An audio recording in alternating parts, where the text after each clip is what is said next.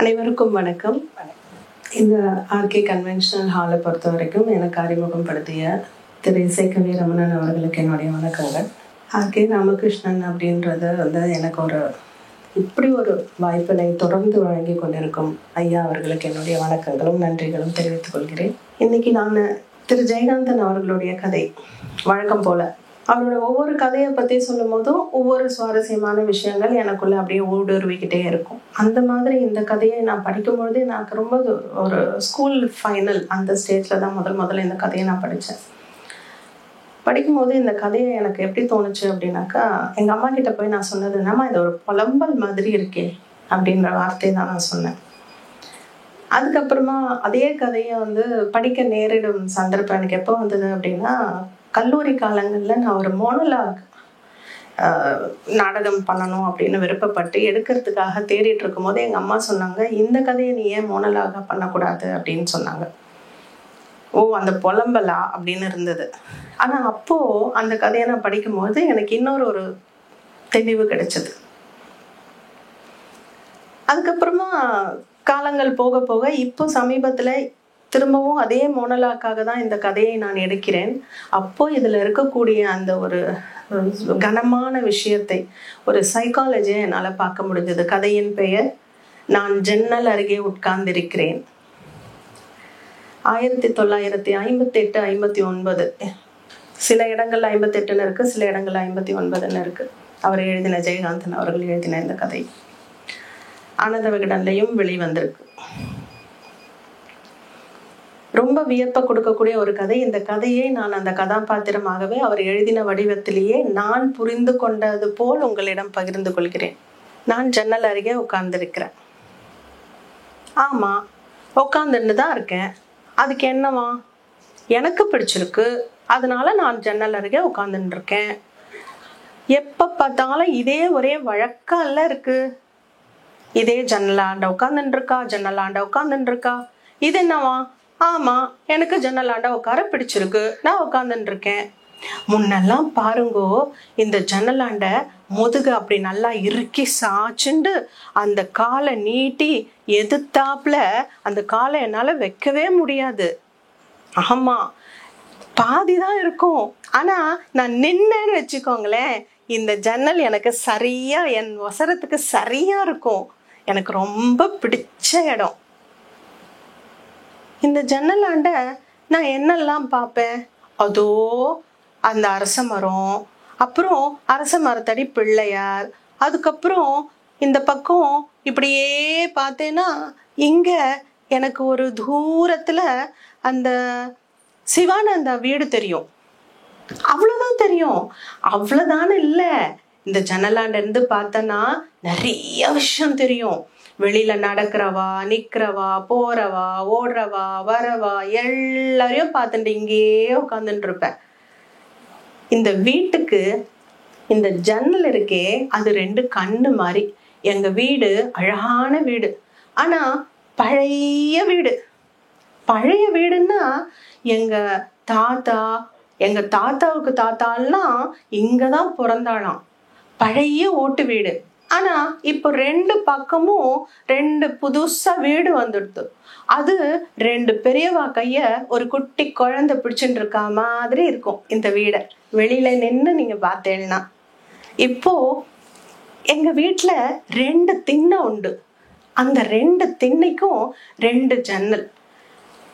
ஒரு ஜன்னல்ல நான் உட்கார்ந்துட்டு இருக்கிறது பொறுக்கலையோ, ஒரு வழக்கா என்ன பேசிட்டு இருக்கா, இவ எப்பவுமே ஜன்னலாண்ட உட்காந்துட்டு இருக்கா. அது சொன்னா என்னால பொறுத்துக்கவே முடியாது. பாருங்க, இந்த ஜன்னலாண்ட எல்லாரும் என்ன பாப்பா, ஜன்னலுக்கு வெளியில என்னெல்லாம் பாப்பா, என்னவோ பாப்பா. ஆனா நான் முதல்ல என்ன பார்த்தேன் தெரியுமா? எங்க அம்மாவை பார்த்தேன். எங்க அம்மாவை நான் பார்த்ததே இல்லை, உயிரோட பார்த்ததே இல்லை. எங்க அம்மாவை அந்த ஜன்னல் வழியாதான் வெளியில எடுத்துட்டு போவா.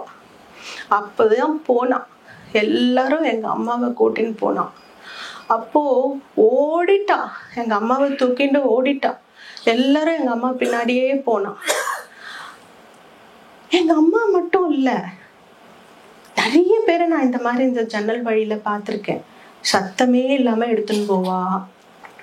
கோவிந்தா கோவிந்தான்னு சில பேர் எடுத்துன்னு போவா. தார தப்பட்டையெல்லாம் அடிச்சுன்னு எடுத்துன்னு போவா. எனக்கு ஞாபகம் இருக்கு. ஆமா, எடுத்துன்னு போவா. எல்லாம் போனதுக்கு அப்புறம் கூட ஊதுபத்தி மணந்துட்டே இருக்கும். ஆமா, இந்த ஜன்னல் வழியா கல்யாணம் நிறைய பார்த்திருக்கேன். எத்தனை ஊர்வலம், அப்பா அவ்வளோ ஊர்வலம் போகுமே. கல்யாணம்னா அது சந்தோஷமா தானே இருக்கும். அதோ அங்கே இருந்து அந்த என்னதான் எலக்ட்ரிக்கல் லைட் இருந்தாலும் அந்த புஷ்ஷுன்னு கேஸ் லைட்டை தூக்கிட்டு வருவா. அதை எடுத்துன்னு வந்து அதோ அந்த பிள்ளையார் கோயில் இருக்கே அந்த திட்டு மேலதான் கொண்டு வந்து அதை வைப்பா. அதுக்கப்புறம் நிறைய பேரு நல்லா கலர் கலரா புடவையெல்லாம் கட்டிட்டு சரசரன்னு நடந்து வந்துட்டு இருப்பா. அப்புறம் மேளம் நல்லா இருக்கும். அன்னைக்கு பொண்ணு மாப்பிள்ளையும் ஜானவாசம் பண்ணுவாளே, கார்ல வருவா. அந்த காருக்கு அன்னைக்குதான் கல்யாணம். காருக்கு மாலையெல்லாம் போட்டிருப்பா. கார்ல சில நேரத்துல பொண்ணு மட்டும் வருவா, சில நேரத்துல மாப்பிள்ளை மட்டும் வருவா, சில நேரத்துல பொண்ணு மாப்பிள்ளையும் வருவா. யாரு வராலோ இல்லையோ அந்த காரு முழுக்க வாண்டுகள் மட்டும் இருக்கும்.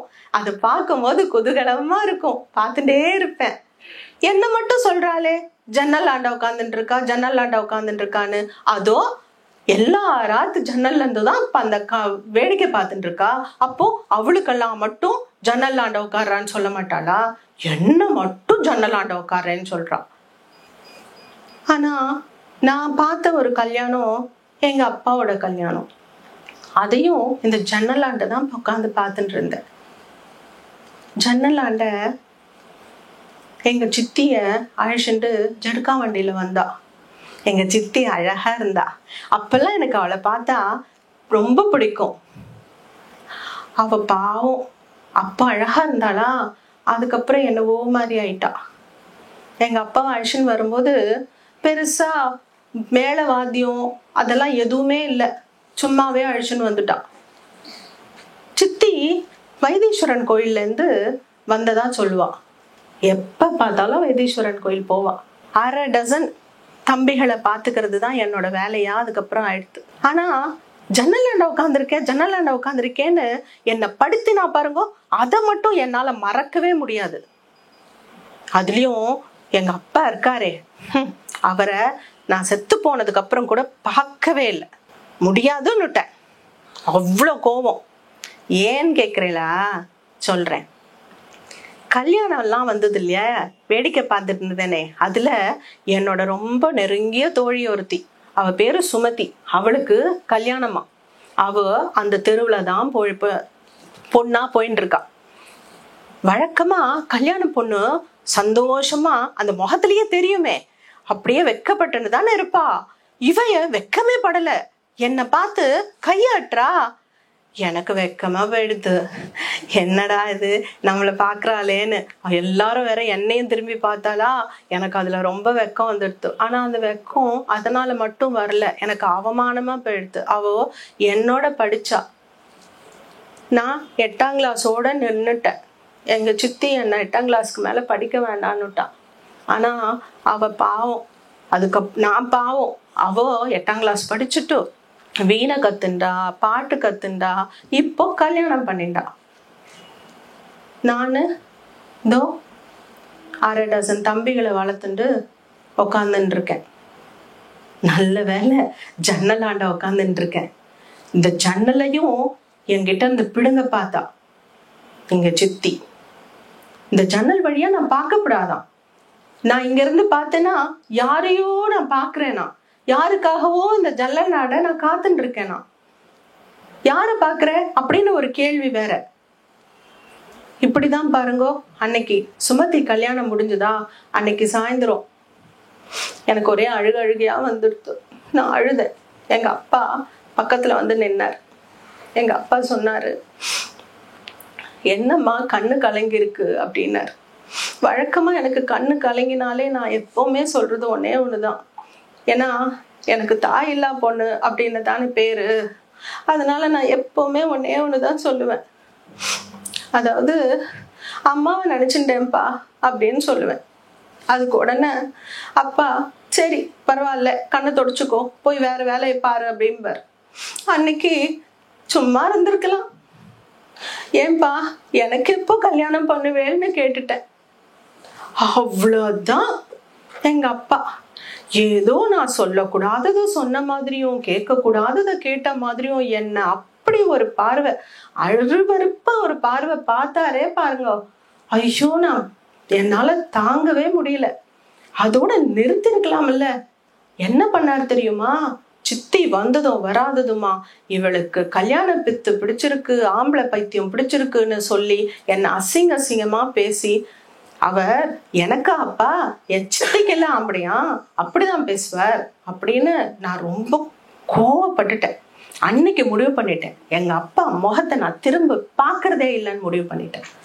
நான் ஜன்னலாண்ட பார்த்துட்டே இருப்பேனா, அங்க எல்லாம் இருக்கும் தெரியுமா, அங்க நாய்ங்கெல்லாம் குதூகலமா விளையாண்டுட்டு இருக்கும், சண்டை போடும், ஒன்னோட ஒண்ணு கடிச்சுக்கும், யாராவது போடுற அந்த இலைய எச்சலையெல்லாம் பொறுக்கிண்டு அதுவா வந்து சந்தோஷமா விளையாண்டுட்டு இருக்கும். அப்புறம் நாய்ங்க குட்டி போடும், அதை நான் வேடிக்கை பாக்குறேன். பார்க்கப்படாதா? நான் ஜன்னலாண்ட உட்காரப்படாதா? நல்ல கதையா இருக்கே. எனக்கு அது ஒண்ணுதான் பார்க்கணும்னு தோன்றது, எனக்கு பிடிச்சிருக்கு, நான் பாக்குறேன், இதுல என்ன தப்பு? அப்புறம் இதே மாதிரிதான் நான் ஒரு நாள் இதே மாதிரி ஜன்னலாண்ட உட்காந்துட்டு நான் எப்படியெல்லாம் நான் விளையாண்டேன்னு சொல்லவா. ஜன்னலாண்ட உட்காந்து விளையாடுறதெல்லாம் ரொம்ப சந்தோஷமா இருக்கும். நான் பிரயாணம் எல்லாம் போயிருக்கேன் ஜன்னல் மேல ஏறிண்டு, நிஜமாதான். அதாவது 2 கம்பிக்கு நடுவுல வலது காலை வச்சுட்டு மேல இருக்கிற கம்பிய வலது கையால இறுக்க பிடிச்சுட்டு இடது காயும் வீசி வீசி பிரயாணம் போறதான், கம்பி எல்லாம் போறதான், அதுக்கப்புறம் மரமெல்லாம் போறதான், ரயில் வண்டி போறதான், சந்தோஷமா நான் பிரயாணம் பண்ணியிருக்கேன். ரொம்ப நல்லா இருக்கும். அது மாத்திரம் இல்ல, தஞ்சாவூர் போறதான், வண்டி திரும்ப இங்கேயே வந்துடுறதா, இப்படி எல்லாம் பிரயாணம் பண்ணுவேனே. அது மட்டும் இல்ல, இந்த ஜன்னல்ல எப்படி ட்ரெயின்ல ஏறும் பொழுது எவ்வளோ ரயில் வண்டியில சந்தோஷமா இருக்கும், நம்ம உட்காந்துட்டு பிரயாணம் பண்ணுவோம். ஆனா மரமெல்லாம் நகர்றாப்புல இருக்கும். எனக்கு அதே மாதிரிதான் இந்த ஜன்னல் உள்ள உட்காந்துட்டு வெளியில இருக்கிறவாள்லாம் ஓடிண்டே இருக்கிற மாதிரி இருக்கும். நான் நிறைய பிரயாணம் பண்ணியிருக்கேன். சந்தோஷமா பண்ண பிரயாணம், அழுதுண்டே பண்ண பிரயாணம், குதூகலமா பண்ண பிரயாணம், வேதனையோட பிரயாணம், ஆனந்தமான பிரயாணம். இந்த ஜன்னலாண்ட உட்காந்துட்டு நான் நிறைய பிரயாணம் பண்ணியிருக்கேன். இதை விட வேற சந்தோஷம் எனக்கு எதுவுமே இல்லை. ஒரு நாள் என் சித்தி நான் உட்காந்துட்டு இருந்தேன்னா என் பின்னாடி என் முதுகு பக்கமா வந்து, என்னடி பார்த்துட்டு இருக்க, யாருக்காக இங்க உட்காந்துட்டு இருக்க அப்படின்னு கேட்டா. அங்க எவனோ ஒருத்தன் பீடி பிடிச்சிட்டு இருந்தான். எனக்கு என் சித்தி மேல ரொம்ப கோவம் வந்துடுது. நீ மட்டும் வருஷத்துக்கு ஒரு முறை ஊருக்கு போறியே, போயிட்டு நீ மட்டும் தூளி கட்டின்னு இருக்கியே அப்படின்ற வார்த்தையை கேட்டுட்டேனா, கேட்கப்படாதுதான், ஆனா எனக்கு கோவம் வந்துடுது. நல்லா கேட்டு விட்டுட்டேன். அவளும் பதிலுக்கு ரொம்ப என்ன பேசிட்டான். அதுக்கப்புறம் சித்தியோட கூட நான் பேச்சுவார்த்தையை நிறுத்திட்டேன். அதுக்கப்புறமா தான் அப்பா என்கிட்ட வந்து சொன்னான், சரி உனக்கு ரொம்ப பிடிக்கலன்னா நீ ஒண்ணு பண்ணு, நீ வந்து எங்களோட ஊருக்கு வா, கொஞ்ச நாள் அங்க இருந்துட்டு வா அப்படின்னா. நான் ஒத்துக்கலையே, சொன்ன கையோட பார்க்கணுமே. ஐயோ பாவனே, என்ன பண்ணி வச்சிருக்கே, ஐயோ மூச்சு முட்டுறது எனக்கு. வீட்டு வேலை மொத்தமும் பாக்குறேன், நான் சமையல் வேலை எல்லாம் பாத்துக்கிறேன். அப்பப்ப சித்தி குழந்தையெல்லாம் இங்க விட்டுட்டு அவ ஊருக்கு போயிடுவோம். திரும்பி வரச்ச நிச்சயமா கையில ஒரு குழந்தையோட வருவோம். அப்புறமா முட்டத்துல தூளி கட்டிடுவோம். எனக்கு நல்லா தெரியுமே, எனக்கு வேண்டாமே, என்னை இப்படி போட்டு கழுத்தை நெரிக்காதீங்களே, என்னால முடியலையே அப்படின்னு என்னை சித்திரவதைப்படுத்துற மாதிரி ஒரு வேலையை பண்ணினான். என்ன பண்ணினா தெரியுமா? நான் ஜன்னலாண்டு யாரையோ பாக்குறேன்னுட்டு அந்த ஜன்னலை சாத்திட்டான். மூச்சு முட்டிடுது. என்னால வாழவே முடியாதுன்னு முடிவு பண்ணி கத்துறேன், கதறேன். என்னை புரிஞ்சுக்கவா யாராவது ஒருத்தர் இருக்க மாட்டேலான்னு நான் கெஞ்சி கெஞ்சி கெஞ்சி பாக்குறேன். ஜன்னலை மூடிட்டாலே, எதையாவது பண்ணிருக்கலாமே, ஜன்னலை மூடிட்டாலே, தவிச்சுட்டேன். அப்புறம் எங்க அப்பா கிட்ட போய் அப்பான்னு அழுதேன். அவரும் எங்கேயோ பார்த்துட்டு என் பக்கத்துல வந்து நின்னார். நான் தெரியாதனமா கேட்டுட்டேன், அடி அம்மா தெரியாதனமா கேட்டுட்டேனே, ஒரே ஒரு கேள்வி, என்ன கல்யாணம் எப்ப பண்ணுவேன்னு கேட்டேன். இனி ஜென்மத்துக்கு கேட்க மாட்டேன். பொண்ணா பிறந்ததுக்கு ஒரு தடவை அந்த கேள்வியை கேட்டு நான் பட்டது போரும். இனி நான் எந்த கேள்வியே கேட்க மாட்டேன். எனக்கு தயவு செஞ்சு ஜன்னலை மட்டும் திறந்துடுங்களேன்னு சொன்னேன். அப்பா பட்டுன்னு திறந்துட்டா ஜன்னலை. எனக்கு இப்பதான் உசிரே வந்த மாதிரி இருக்கு, சந்தோஷமா இருக்கு, ஆனந்தமா இருக்கு.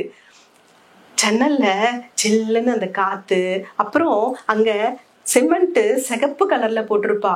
நல்லா கொளுத்துற வெயில்ல கூட அந்த இடத்துல தொட்டா சில்லுன்னு இருக்கும். அது எனக்கு ரொம்ப பிடிக்கும். அப்புறமா நானு அந்த ஜன்னல் நானு, இப்படியேதான் சந்தோஷமா இருக்கும். இப்பெல்லாம் எனக்கு எந்த பிரச்சனையும் இல்லை. நானு செவுத்துல சாஞ்சிண்டு முன்னாடி அந்த காலை நீட்டி எதிர்க்க என்னோட கால் பதியறது. இப்ப நான் சந்தோஷமா இருக்கேன். வேலையெல்லாம் முடிச்சுட்டு எப்படா இந்த ஜன்னலாண்ட வருவோம் அப்படின்னு நான் வந்து ஜன்னலாண்ட நின்றுருவேன். ஆனா உங்களுக்கெல்லாம் ஒரு விஷயம் தெரியுமா? இப்போ எனக்கு இந்த ஜன்னலுடைய காத்து, ஐயோ என்னது இது ஜன்னல் இல்லைனா, ஐயோ இது ஏதோ கூண்டு மாதிரின்னா இருக்கு, இதுல செவுரு இல்லையே, அந்த பக்கம் அரச மரம் இல்லையே, இது ஏதோ கூண்டாட்டம்னா இருக்கு. எப்போ என்ன பிடிச்சேள், எப்போ என்ன கூண்டுக்குள்ள போட்டேள், இந்த கூண்டு எனக்கு வேண்டாம், நான் இது உள்ள இருக்க மாட்டேன். ஐயோ இது ஜன்னல் இல்ல, மூச்சு முட்டுற மாதிரி இருக்கே. ஜன்னல் மாதிரிதான் இருக்கு, சுத்தி கம்பி இருக்கு, எங்கேயுமே வாசல் இல்ல. ஆனா இது என்ன, இது கூண்டே தான். ஆச்சரியமா இருக்குல்ல? எனக்கு இந்த மாதிரி இது கனவா இல்ல நினைவான்னு தெரியாது. ஆனா இது எனக்கு அப்பப்ப மனசுக்குள்ள வந்துட்டு போகும். எனக்கு பழகிடுத்து.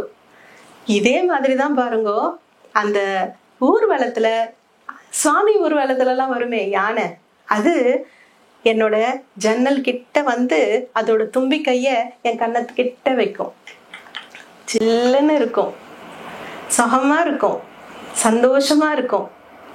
அப்புறம் ஐயோ என்னது இது, ஆச்சரியமா இருக்கே, அந்த யானை அப்படியே அந்த ஜன்னல் கம்பிக்குள்ள வந்து, ஐயோ உள்ள வர்றது, இவ்வளோ பெரிய யானை ஒரு துணியாட்டம் தண்ணியே மாத்தின்றத, ஐயோ உள்ள வருது, உள்ள வந்துடுத்து.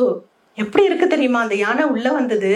ஒரு பெரிய பருதால யானை மாதிரி வெட்டி அது துணி மாதிரி உள்ள வந்தா எப்படி இருக்கும், அந்த மாதிரி அந்த யானை என்னோட வீட்டுக்குள்ள வந்துடுத்து. வந்து அப்படியே அந்த கூரையில அதோட முதுகு முட்டுற மாதிரி அவ்வளோ பெரிய யானை என்னை வந்து கழுத்தை நெரிச்சிட்டு என் கூட வானேன்னு கூப்பிடுது. சந்தோஷமா தான் இருந்தது. ஆனா இப்ப என் சித்தி வர நேரம் ஆயிடுத்து.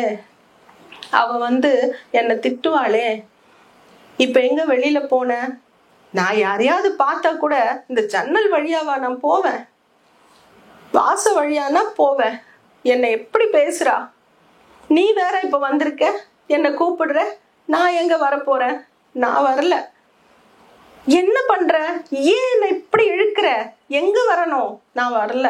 சித்தி வருவா, அப்புறம் அவ்வளவுதான்.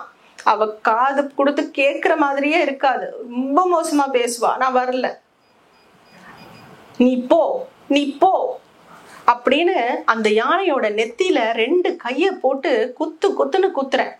அப்புறம் அந்த யானை அப்படியே நம்ம மெல்ல கீழே விட்டுட்டு அதே ஜன்னல் கம்பி வழியா அதே பர்தா மாதிரி போகுது. அதோ அங்க போகுது. அது என்ன பாவமா பாக்குது, நானும் அதை பாவமா பாக்குறேன். நான் வேற என்ன செய்ய முடியும், அப்படிதானே பார்க்கணும். எங்க போறது, அதோ அந்த புள்ளியார மாறி உக்காந்துடுத்து. ஓ இதெல்லாம் உங்களுக்கு ஆச்சரியமா இருக்குல்ல? எனக்கு இது அடிக்கடி வரும். இப்படியேதான் நான் இதே மாதிரி இந்த ஜன்னலாண்டதான் உட்காந்துட்டு இருக்கேன். இப்பெல்லாம் நான் ரொம்ப வேலையெல்லாம் பார்க்கறது இல்லை. அடுக்கடை வேலை எல்லாத்தையும் குஞ்சுதான் கவனிக்கிறா. யாருன்னு கேட்குறேளா? அவதான் பாபுவோட ஆம்படியா அவ தான் இப்போ எல்லா வேலையும் பார்த்துக்கிறா. என்கிட்ட குழந்தைகளை விட்டுடுவோம், அவ எல்லா வேலையும் எனக்காக செய்வா. நானும் ஆண்ட போனோன்னு கூப்பிடுவான், நான் போறதில்ல. பாபு ஆண்டவே இருக்கிறது. பாபு எங்க இருக்கானோ நான் அங்க இருக்கிறது தானே சரி, நான் அங்கதான் இருக்கேன். பாட்டி, ஏய் பாட்டி. யாரு? என்ன பாக்குற? ஜன்னலுக்கு வெளியில என்ன தெரியறது? அடி, எனக்கு என்னென்னவோ தெரியறது. அதோ மனுஷா எல்லாம் ஓடுறா, நாய் எல்லாம் ஓடுறது, ஊரு உலகம் எல்லாம் ஓடுறதே. நீ யாரு? நானு சரோவோட பொண்ணு. அடியம்மா, சரோவோட பொண்ணாம்னா? நீ எப்ப வந்த? நேத்து தானே பாட்டி வந்த. அடியாம்மா, நான் பாட்டியாமண்ணா அவளுக்கு. ஜன்னலுக்கு வெளியில முதல்ல சொல்லிடுறேன், சரோ யாரு தெரியுமா?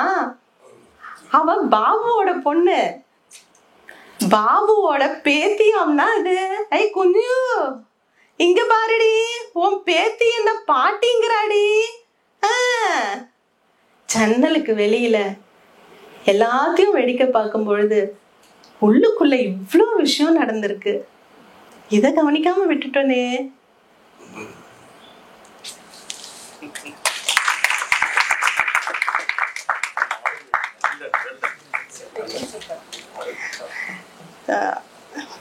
ரொம்ப நன்றி. இந்த கதையை அவங்க ஒரு மொனலாக் மாதிரி அவங்களுடைய ஃபீலிங்ஸ், அவங்களோட எக்ஸ்பிரஷன்ஸ்ன்னும் போது இந்த ரெண்டு இடத்துல வரக்கூடியது ஆரம்பத்தில் நான் படிக்கும் போது இதில் இருக்கிற உளவியல் விஷயங்களை என்னால் புரிஞ்சுக்க முடியல. அந்த மென்டல் ஸ்ட்ரெஸ்ஸையும் அந்த சைக்கலாஜிக்கலி அவங்க இருந்த அந்த ஒரு சிச்சுவேஷனையும் தான் அந்த கூண்டு மாதிரியும், அதுக்கப்புறமா அந்த பிள்ளையார், அதாவது அந்தந்த ஸ்டேஜில் அந்த பெண்ணுக்கு இருந்தக்கூடிய உணர்வுகள், என்னை யாராவது இங்கேருந்து வெளியில் கூட்டிகிட்டு வந்துட மாட்டாங்களான்னு நினைக்கக்கூடிய அந்த உணர்வுகளை அவங்க வெளிப்படுத்தினது தான் அந்த யானையாக நான் பார்த்தேன். அதுக்கப்புறமா அந்த கூண்டா பார்த்தது அவங்கள என்னதான் ஜன்னலை திறந்து விட்டு இருந்தாலும் still she is in the cage அப்படிங்கிறத தான் அவங்களால ஃபீல் பண்ண முடிஞ்சது. ஸோ இது ரொம்பவே வியக்கத்தக்க ஒரு விஷயம். ஜெயகாந்தன் மாதிரியான ஒரு ஆளுமை மிகுந்த ஒரு எழுத்தாளருடைய எழுத்துல இவ்வளோ விஷயம் பொருந்திருக்கு. இது ஒரு சிறுகதை தான், அந்த இதில் இருக்கக்கூடிய உளவியல் விஷயங்கள் கணக்கிலேயே அடங்காது. அதனால இந்த கதையை இங்க சொல்ல எனக்கு இப்படி ஒரு வாய்ப்பளித்த சார் என்னுடைய நன்றிகள். ரசித்த அத்தனை பேருக்கும் என்னுடைய நன்றிகள்.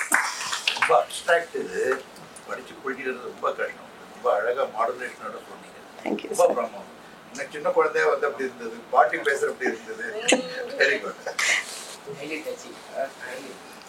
Very emotional. Thank you sir.